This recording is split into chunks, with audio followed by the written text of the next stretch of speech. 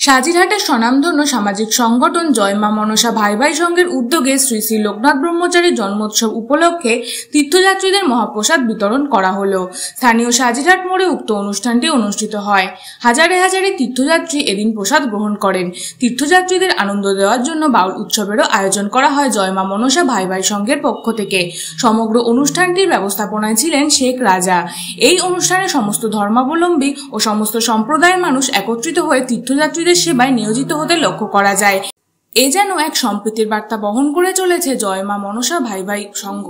উক্ত অনুষ্ঠানে উপস্থিত ছিলেন ব্যারাকপুর 2 পঞ্চায়েত সমিতির সভাপতি প্রবীর রাজবংশী, পানিহাটি পৌরসভা 23 নম্বর ওয়ার্ডের পৌরপিতা সম্রাট চক্রবর্তী, নিউ ব্যারাকপুর পৌরসভার 11 নম্বর ওয়ার্ডের পৌরপিতা সুমন দে, জয় মা মনসা ভাই ভাই সংঘের প্রধান পৃষ্ঠপোষক উত্তম ঘোষ, প্রধান উপদেষ্টা দীপক সাউ সহ সংঘের সমস্ত সদস্যা ও এলাকার বিশিষ্টজনেরা।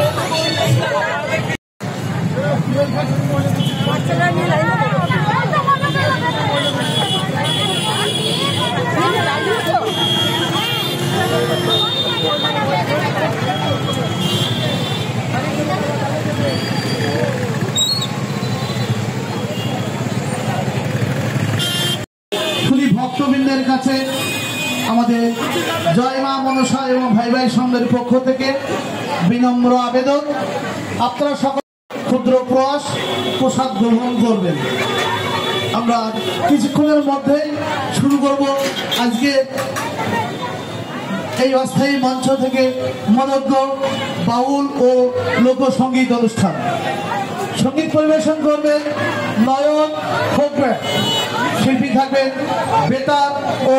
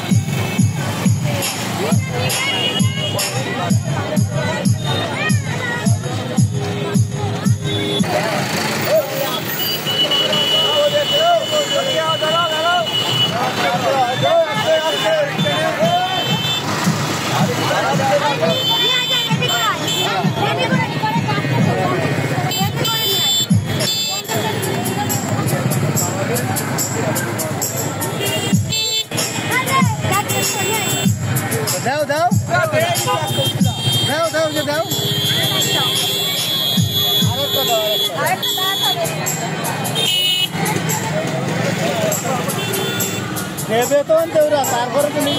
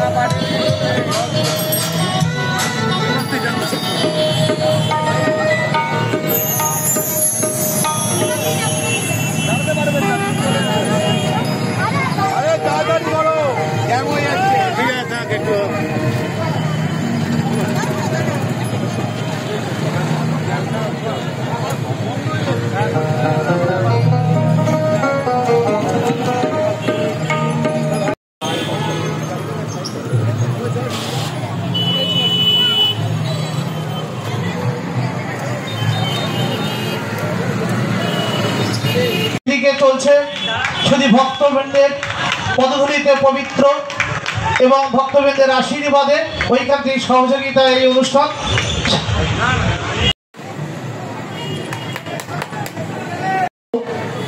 একদিকে শুভনাথদের উপস্থিতিতে এবং ভক্তবৃন্দের এত ভক্ত এখানে উপস্থিত, আমি এই সংঘের সকল সদস্যকে আন্তরিক কৃতজ্ঞতা জানাই আমাকে আমন্ত্রণ করার জন্য। সর্বোপরি যার কথা বলি সে আমার ছোট ভাই রাজা। এত মানুষ এখানে উপস্থিত রয়েছেন, এত রাতও হয়ে গেছে। মানুষের কাজ করার মধ্যে একটা যে আনন্দ আছে, সেই আনন্দ যদি সবাই উপভোগ করত তাহলে মানুষ খারাপ কাজ করত। আমি শুধু এই কথাটা বলি যে আমরা বাঙালি, আমরা এই বাংলায় জন্মগ্রহণ করেছি। বিভিন্ন উৎসব নিয়ে আজকে 15ই আগস্ট স্বাধীনতা দিবস, ৭৯তম স্বাধীনতা দিবস, সেই সঙ্গে একই সঙ্গে ভক্তদের আরাধনা চলছে এবং মানুষ প্রসাদ গ্রহণ করছে। এটা বাংলা, এটাই বাংলার সংস্কৃতি, এটাই বাংলার কৃষ্টি, এটাই বাংলার ঐতিহ্য। আমি শুধু আপনাদেরকে বলি, এই কৃষ্টি, সংস্কৃতি, বাংলার ঐতিহ্য এবং অস্মিতাটাকে আমাদের নিজেদের স্বার্থে বাঁচিয়ে রাখতে হবে।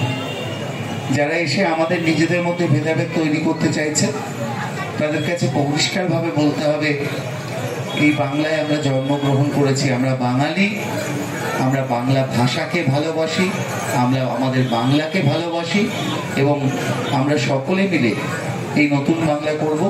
ধর্ম যাই হোক না কেন, যে কোনো উৎসবটা সবার হয়ে উঠুক, মনের উৎসব হয়ে উঠুক, মানুষের উৎসব হয়ে উঠুক, এই কথা বলি। দীর্ঘ বক্তব্য রাখার আজকে কোনো অবকাশ নেই। সকলকে আন্তরিক শুভেচ্ছা এবং কৃতজ্ঞতা জানাই। ভালো থাকবেন সকলে। একটা কথা মনে রেখে ভালো থাকবেন যে একা একা ভালো থাকা যায় না, সবাইকে নিয়ে ভালো থাকতে হয়। একা ভালো থাকার চেষ্টা আমরা করব না, আমরা চেষ্টা করব সবাই মিলে একসাথে ভালো থাকা। নমস্কার।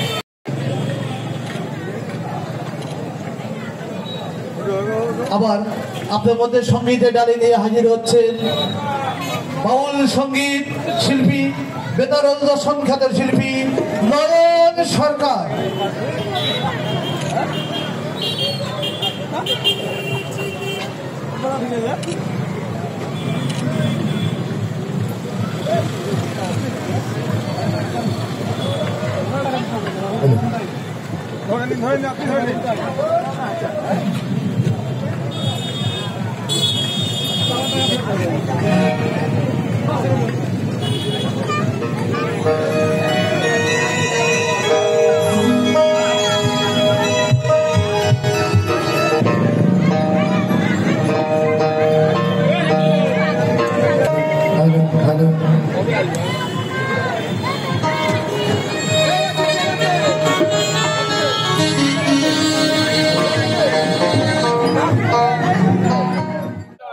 একটাই আমাদের উদ্দেশ্য, মানব সেবা করা। আমরা প্রতি বছর করি, আপনারা প্রতি বছরই আসেন আমাদের এখানে, জানেন। এই যে নতুন করে বলার কিছু নেই, এটা আমাদের সোশ্যাল রেসপন্সিবিলিটি। সেই কাজটাই আমরা করে যাচ্ছি প্রতি বছর, সবার শুভেচ্ছা আশীর্বাদ নিয়ে। এবং এই কাজটা হচ্ছে সম্পূর্ণভাবে সবার সহযোগিতায় আমাদের এখানে। এর মেন উদ্যোক্তা আমাদের মেজদা রাজা, এসকে রাজা, আমাদের দীপক বাবু, আমাদের দীপক বাবু, দীপক সাউজি। মানে আপনি এখানে এলে মিনি ইন্ডিয়া দেখতে পাবেন। তার সাথে আমাদের ভাই আছে সৌতম ঘোষ, যেটা নিয়ে এখন চারিদিকে কন্ট্রোভার্সি। আমাদের এখানে এলে মিনি ইন্ডিয়া দেখতে পারবেন। সেই সহাবস্থান নিয়েই আমরা এই সেবাটা করে যাচ্ছি এবং আশা করব আগামী দিন এই পরম্পরা আমাদের চলবে। আপনাদের সবার সহযোগিতা থাকবে এবং উপরওয়ালার আশীর্বাদ থাকবে। দেখা যাচ্ছে যে কিছু রাজ্যে, দেশের কিছু রাজ্যে বাঙালিদের উপর অত্যাচার হচ্ছে, বাঙালিদের অস্তিত্ব বজায় থাকার একটা লড়াই চলছে বর্তমানে, বলবেন? সেটারই তো জবাব এখানে, সেটারই তো জবাব আমি আগেই দিয়ে দিলাম। এই প্রশ্নটা আসতে পারে বলে যে আমাদের কাছে সবার আগে আমরা সবাই এক, আমরা ভারতবাসী, এর উপরে তো আর কোনো কথা নেই। আমরা ভারতবাসী। এই যে আজকে দীপক বাবু, mister Deepak Shaw, mister SK Raja, Uttam বাবু, আমরা এবারে ভেবে দেখুন আমরা মিনি ইন্ডিয়া ওই জন্যই বলছি, কারণ আমাদের যদি প্রত্যেকের আমাদের রেসপেক্ট থাকে এবং আমরা যদি ভালোবাসি নিজেদের এবং দেশকে, তাহলে এইসব প্রশ্ন কন্ট্রোভার্সি আসাই উচিত না। সেই জন্যই আমরা বললাম যে তার উত্তরটা আমরা এখানে দিলাম, যে আমরা সবাই এইভাবেই আমরা আমাদের কালচারকে এগিয়ে নিয়ে যাই। মানে এই অনুষ্ঠানকে ঘিরে একটা সাম্প্রদায়িক বার্তাও অবশ্যই, এটা তো সবসময় আমাদের ভারতের কৃষ্টি সংস্কৃতিতে ছিলই যে আমরা সেকুলার কান্ট্রি। কেন? এটাই তো পৃথিবীর কাছে উদাহরণ।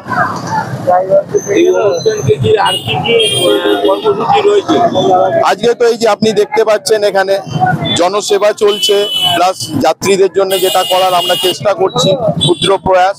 এর সাথে মানুষের একটু এন্টারটেনমেন্ট, রুচির চেঞ্জের জন্য একটু ঠাকুরের গান, বাউল গান এগুলো হবে।